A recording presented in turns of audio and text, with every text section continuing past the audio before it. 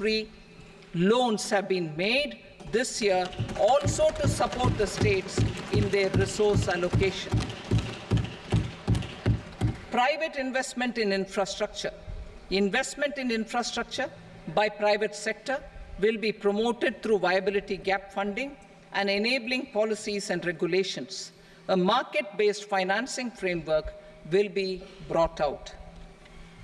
Pradhan Mantri Gram Sadak Yojana, Phase 4 of the PMGSY will be launched to provide all-weather connectivity to 25,000 rural habitations, which have become eligible in view of their population increase. Irrigation and flood mitigation. Bihar has frequently suffered from floods, many of them originating outside the country. Plans to build flood control structures in Nepal are yet to progress. Our government, through the Accelerated Irrigation Benefit Program and other sources, will provide financial support for projects with estimated cost of 11,500 crore rupees, such as the Kosi-Michi intra-state link and 20 other ongoing and new schemes, including barrages, river pollution abatement, and irrigation projects. In addition, survey and investigation of Kosi-related flood mitigation and irrigation projects will be undertaken.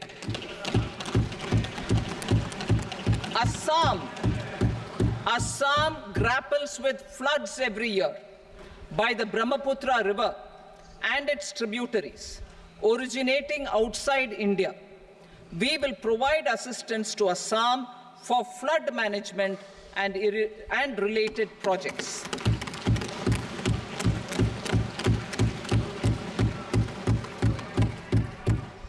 Himachal Pradesh suffered extensive losses due to floods last year. Our government will provide assistance to the state for reconstruction and rehabilitation through multilateral development assistance.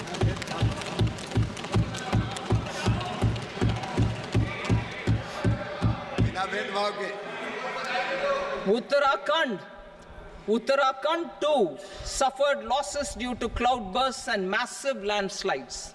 We will provide assistance to the state. Recently, Sikkim witnessed devastating flash floods and landslides that wreaked havoc across the state. Our government will provide assistance to the state. Tourism has always been a part of our civilization. Our efforts in positioning India as a global tourist destination will also create jobs, stimulate investments, and unlock economic opportunities for other sectors. In addition to the measures outlined in the interim budget, I propose the following measures. Vishnupad Temple at Gaya and Mahabodhi Temple at Bodh Gaya in Bihar are of immense spiritual significance. Comprehensive development of Vishnupad Temple Corridor and Mahabodhi Temple Corridor will be supported, modeled on the successful Kashi Vishwanath Temple Corridor to transform them into world-class pilgrim and tourist destinations. Rajgir holds immense religious significance for Hindus, Buddhists, and Jains. The 20th Tirthankara Muniswarata temple in the Jain temple complex is ancient. The Saptarishi, or the 7 hot springs, form a warm water Brahmkund that is sacred. A comprehensive development initiative for Rajgir will be undertaken. Our government will support the development of Nalanda as a tourist center, besides reviving Nalanda University to its glorious stature. Odisha's scenic beauty, temples, monuments, craftsmanship, wildlife sanctuaries, natural landscapes, and pristine beaches make it an ultimate tourism destination. Our government will provide assistance for their development to Odisha as well. Priority 8, innovation, research and development. We will operationalize the Anusandhan National Research Fund for basic research and prototype development. Further, we will set up a mechanism for spurring private sector-driven research and innovation at commercial scale with a financing pool of 1 lakh crore rupees in line with the announcement in the interim budget. Space economy. With our continued emphasis on expanding the space economy by 5 times in the next 10 years, a venture capital fund of 1,000 crore rupees will be set up. Priority 9, next generation reforms. Economic policy framework. We will formulate an economic policy framework to delineate the overarching approach to economic development and set the scope of the next generation of reforms for facilitating employment opportunities and sustaining high growth. Our government will initiate and incentivize reforms for 1. Improving productivity of factors of production, and 2. Facilitating markets and sectors to become more efficient. These reforms will cover all factors of production, namely land, labor, capital, and entrepreneurship, and technology as an enabler of improving total factor productivity and bridging inequality. Effective implementation of several of these reforms requires collaboration between the center and the states and building consensus as development of the country lies in development of the states. For promoting competitive federalism and incentivizing states for faster implementation of reforms, I propose to earmark a significant part of the 50-year interest-free loan. Working with the states, we will initiate the following reforms.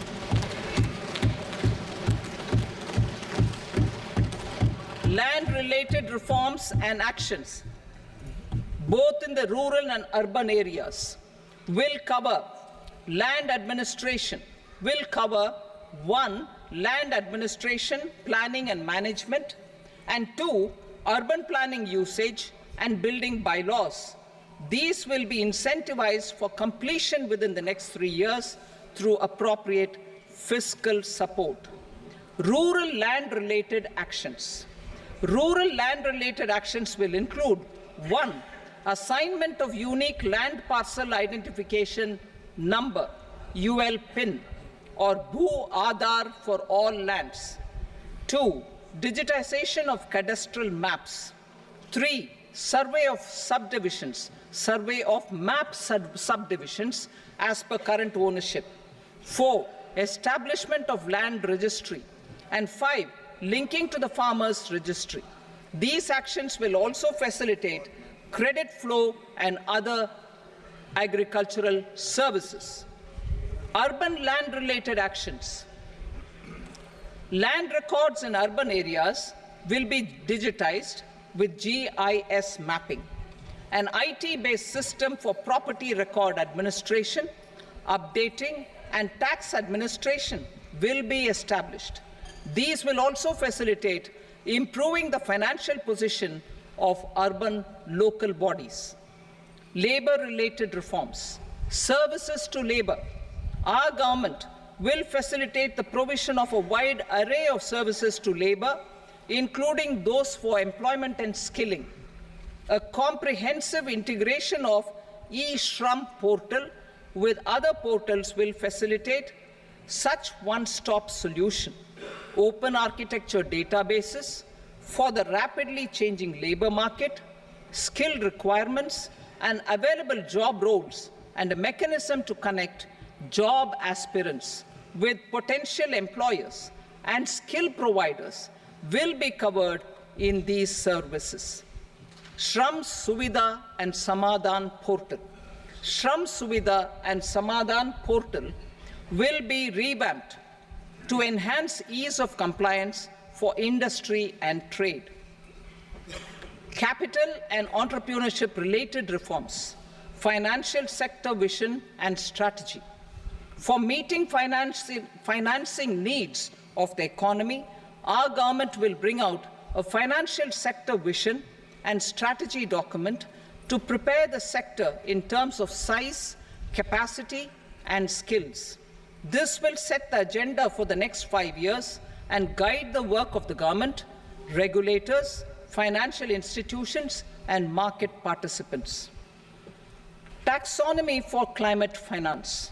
We will develop taxonomy for climate finance for enhancing the availability of capital for climate adaptation and mitigation. This will support achievement of the country's climate commitments and green transition. Variable capital company structure. We will seek the required legislative approval for providing an efficient and flexible mode for financing leasing of aircrafts and ships and pooled funds of private equity through a variable company structure. Foreign direct investments and overseas investment. The rules and regulations for foreign direct investment and overseas investments will be simplified to 1. Facilitate foreign direct investments, 2. Nudge prioritization, and 3. Promote opportunities for using Indian rupee as a currency for overseas investment. NPS Vatsalya. NPS Vatsalya, a plan for contribution by parents and guardians for minors, will be started. On attaining the age of majority, the plan can be converted seamlessly into a normal NPS account. Use of technology. We have successfully used technology for improving productivity and bridging inequality in our economy during the past 10 years. Public investment in digital infrastructure and innovations by the private sector have helped in improving access of all citizens, particularly the common people, to market resources, education, health and services. We will step up adoption of technology towards digitalization of the economy. Ease of doing business. For enhancing ease of doing business, we are already working on the Jan Vishwas Bill 2.0. Further, states will be incentivized for implementation of the business reforms, action plans, and digitalization. Data and statistics. For improving data governance, collection, processing and management of data and statistics, different sectoral databases, including those established under the Digital India Mission, will be utilized with active use of technology tools. New pension scheme. The committee to review the NPS has made considerable progress in its work. I'm happy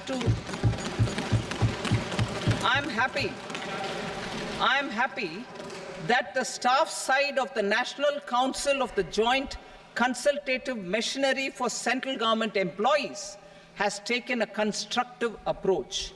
A solution will be evolved which addresses the relevant issues while maintaining fiscal prudence to protect the common citizens. Budget estimates for 24-25.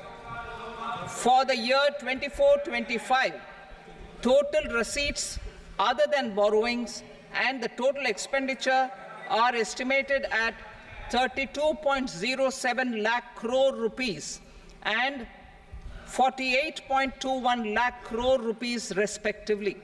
The net tax receipts are estimated at 25.83 lakh crore rupees. The fiscal deficit is estimated at 4.9% of the GDP. The gross and the net market borrowings through dated securities during 24-25 are estimated at 14.01 lakh crore rupees and 11.63 lakh crore rupees respectively. Both will be less than that in 23-24. The fiscal consolidation path announced by me in 2021 has served our economy very well, and we aim to reach the deficit below 4.5% next year.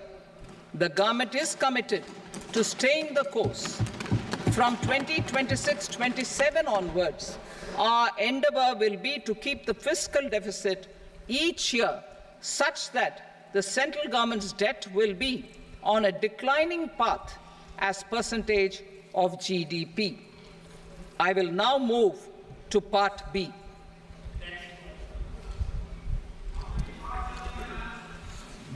Indirect taxes. Sir, I start with GST.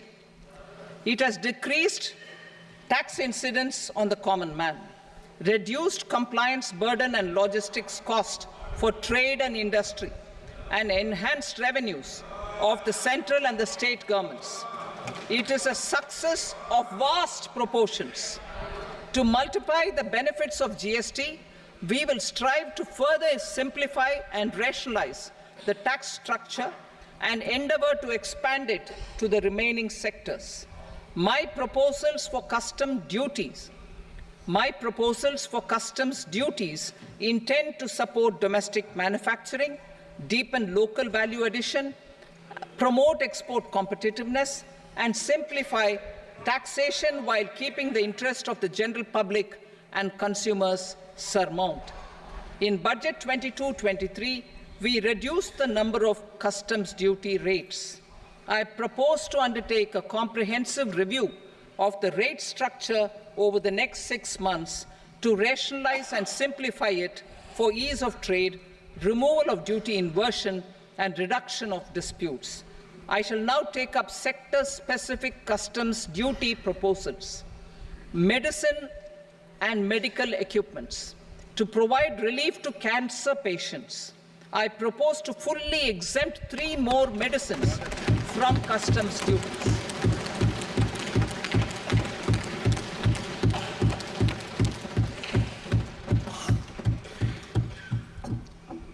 I also propose changes in the BCD on X-ray tubes and flat panel detectors for use in medical X-ray machines under the phased manufacturing program so as to synchronize them with the domestic capacity addition.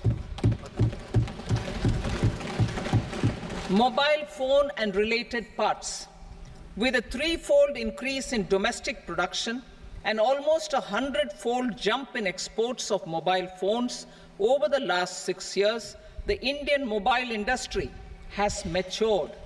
In the interest of consumers, I now propose to reduce the BCD on mobile phone, mobile PCBA, and mobile charger to 15%. Critical minerals. Minerals such as lithium, copper, cobalt, and rare earth elements are critical for sectors like nuclear energy, renewable energy, space, defense, telecommunications, and high-tech electronics. I propose to fully exempt customs duties on 25 critical minerals and reduce BCD on 2 of them. This will provide a major fillip to the processing and refining of such minerals and help secure their availability for these strategic and important sectors. Solar energy.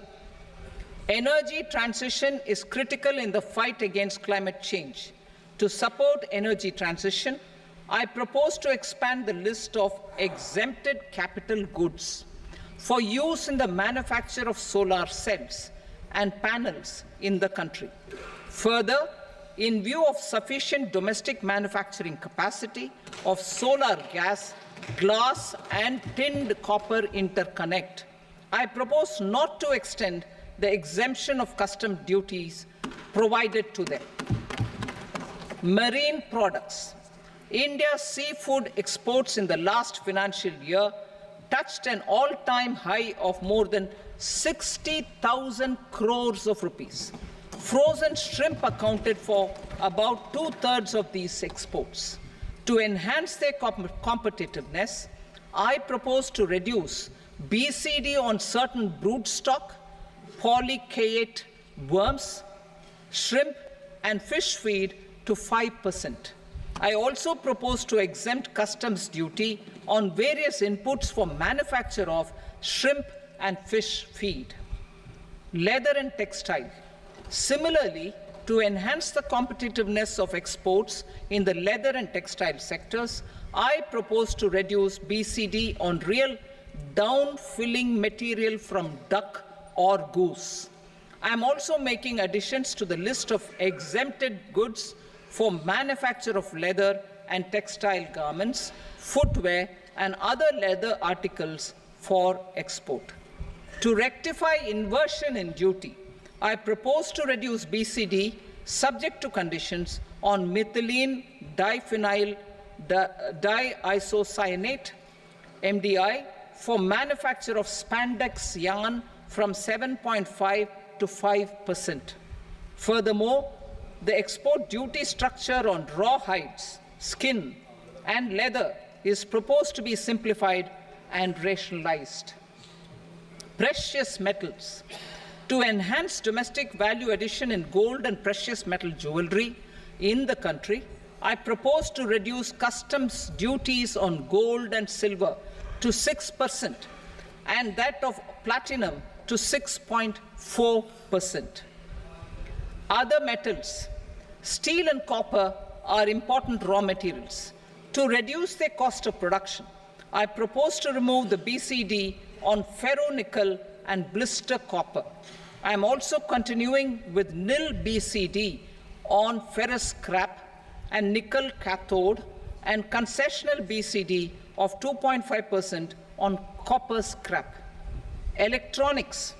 To increase value addition in the domestic electronics industry, I propose to remove the BCD subject to conditions on oxygen-free copper for manufacture of resistors. I also propose to exempt certain parts for manufacture of connectors. Chemicals and petrochemicals. To support existing and new capacities in the pipeline, I propose to increase the BCD on ammonium nitrate from 7.5% to 10%. Plastics. PVC flex banners are non-biodegradable and hazardous for environment and health. To curb their imports, I propose to raise the BCD on them from 10 to 25%. Telecommunication equipment. To incentivize domestic manufacturing, I propose to increase the BCD from 10 to 15% on PCBA of specified telecom equipment. Trade facilitation. To promote domestic aviation and boat and ship MRO, I propose to extend the period for export of goods imported for repairs from 6 months to 1 year. I'll read that again. To promote domestic aviation and boat and ship maintenance, repair and operations, I propose to extend the period for export of goods imported for repairs from 6 months to 1 year. In the same vein, I propose to extend the time limit for re-import of goods for repairs under warranty from 3 to 5 years. I now move to direct taxes.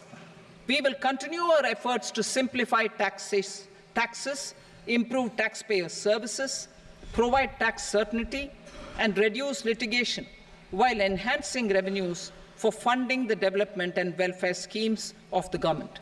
It has been our endeavour To simplify taxation, we have taken a number of measures in the last few years, including introduction of simplified tax regimes without exemptions and deductions for corporate tax and for personal income tax. This has been appreciated by taxpayers. 58% of corporate tax came from the simplified tax regime in the financial year 22-23. Similarly, as per data available till now, for the last fiscal, more than 2/3 have availed the new personal income tax regime. Comprehensive review of the Income Tax Act. I am now announcing a comprehensive review of the Income Tax Act 1961. The purpose is to make the Act concise, lucid, easy to read and understand. This will reduce disputes and litigation, thereby providing tax certainty to the taxpayers. I will also bring down the demand embroiled in litigation. It is proposed to be completed in 6 months.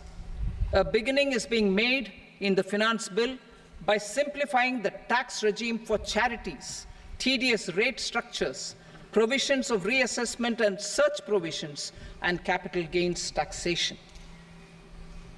Simplification for charities and tedious. Two tax exemption regimes. The two tax exemption regimes for charities are proposed to be merged into one. The 5% TDS rate on many payments is being merged into the 2% TDS rate, and the 20% TDS rate on repurchase of units by mutual funds or UTI is being withdrawn. TDS rate on e-commerce operators is proposed to be reduced from 1 to 0.1%. Moreover, credit of TCS is proposed to be given in the TDS to be deducted on salary. Further, I propose to decriminalize delay for payment of TDS up to the due date of filing statement for the same. I also plan to provide a standard operating procedure for TDS defaults and simplify and rationalize the compounding guidelines for such defaults. Simplification of reassessment. I propose to thoroughly simplify the provisions for reopening and reassessment. An assessment hereinafter can be reopened beyond 3 years from the end of the assessment year only if the escaped income is 50 lakh rupees or more, up to a maximum period of 5 years from the end of the assessment year.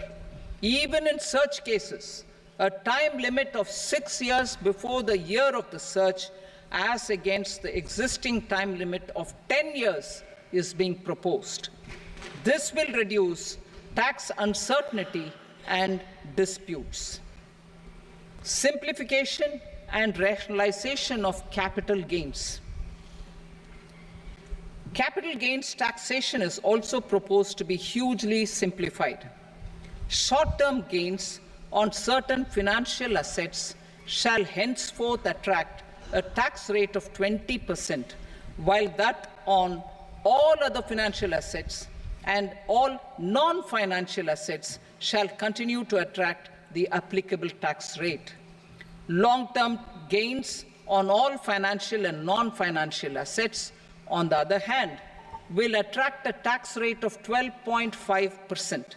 For the benefit of the lower and the middle income classes, I propose to increase the limit of exemption of capital gains on certain financial assets to 1.25 lakh rupees per year.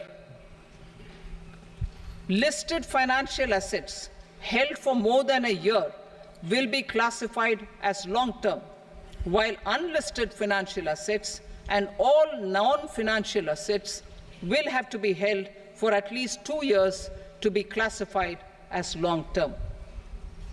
Unlisted bonds and debentures, debt mutual funds, and market-linked debentures, irrespective of holding period, however, will attract tax on capital gains at applicable rates. Taxpayer services. All the major taxpayer services under GST and most services under customs and income tax have been digitalized. All remaining services of customs and income tax, including rectification and order giving effect to appellate orders, shall be digitalized and made paperless over the next 2 years. Litigation and appeals. While our concerted efforts to reduce pendency of appeals at various appellate fora are beginning to show good results, it will continue to engage our highest attention. To dispose of the backlog of first appeals, I plan to deploy more officers to hear and decide such appeals, especially those with large tax effect. For resolution of certain income tax disputes pending in appeal, I am also proposing Vivad Se Vishwas Scheme 2024. Further, I propose to increase monetary limits for filing appeals related to direct taxes, excise and service tax in the tax tribunals, high courts and Supreme Court to 60 lakh rupees, 2 crore rupees and 5 crore respectively. With a view to reduce litigation and provide certainty in international taxation, we will expand the scope of safe harbor rules and make them more attractive. We will also streamline the transfer pricing assessment procedure. Employment and investment. I have a few proposals to promote investment and foster employment. First of all, to bolster the Indian startup ecosystem, boost the entrepreneurial spirit, and to support innovation, I propose to abolish the so-called angel tax for all classes of investors. Second, there is tremendous potential for cruise tourism in India. To give a fillip to this employment-generating industry, I am proposing a simpler tax regime for foreign shipping companies operating domestic cruises in the country. Third, India is a world leader in the diamond cutting and polishing industry, which employs a large number of skilled workers. To further promote the development of this sector, we would provide for safe harbor rates for foreign mining companies selling raw diamonds in the country. Fourth, to attract foreign capital for our development needs, I propose to reduce the corporate tax rate on foreign companies from 40 to 35%. Deepening the tax base. I have a couple of proposals for deepening the tax base. First, security transaction tax on futures and options of securities is proposed to be increased to 0.02% and 0.1% respectively.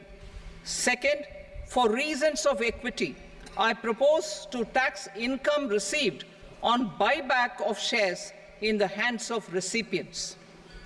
Other proposals. To improve social security benefits, deduction of expenditure by employers towards NPS is proposed to be increased from 10 to 14% of the employee's salary.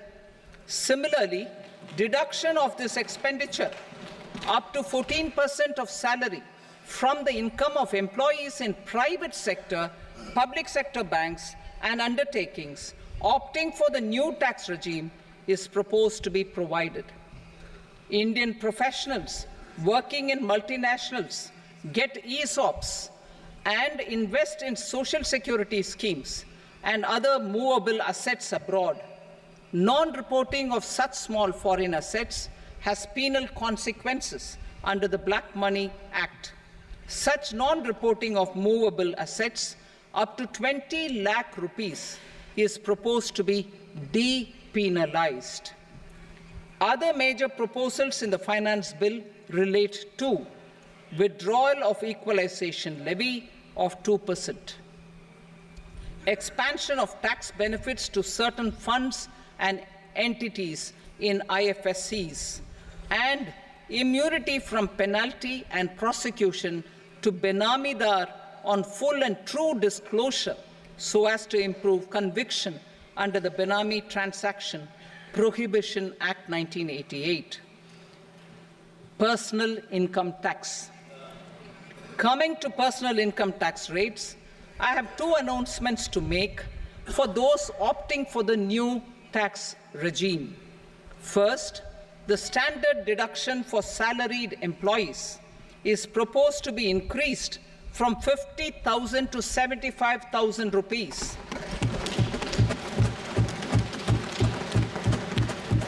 Similarly, deduction on family pension for pensioners is proposed to be enhanced from 15,000 to 25,000 rupees.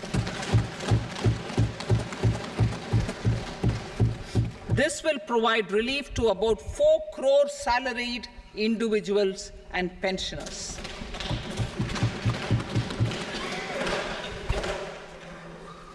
Second, in the new tax regime, the tax rate structure is proposed to be revised as follows: 0 to 3 lakh rupees, nil; 3 to 7 lakh rupees, 5%; 7 to 10 lakh rupees, 10%; 10 to 12 lakh rupees, 15%; 12 to 15 lakh rupees, 20%; and above 15 lakh rupees, 30%. As a result of these changes, a salaried employee in the new tax regime stands to save up to 17,500 rupees in income tax.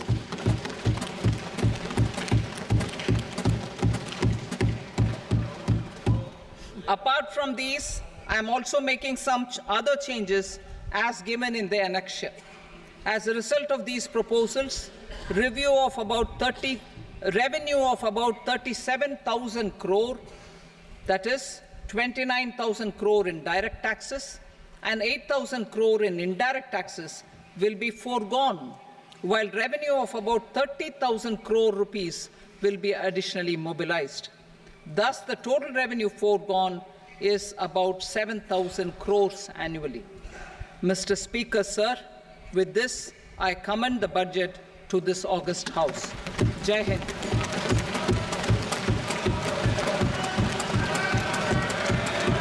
Item number 2. Item number 2.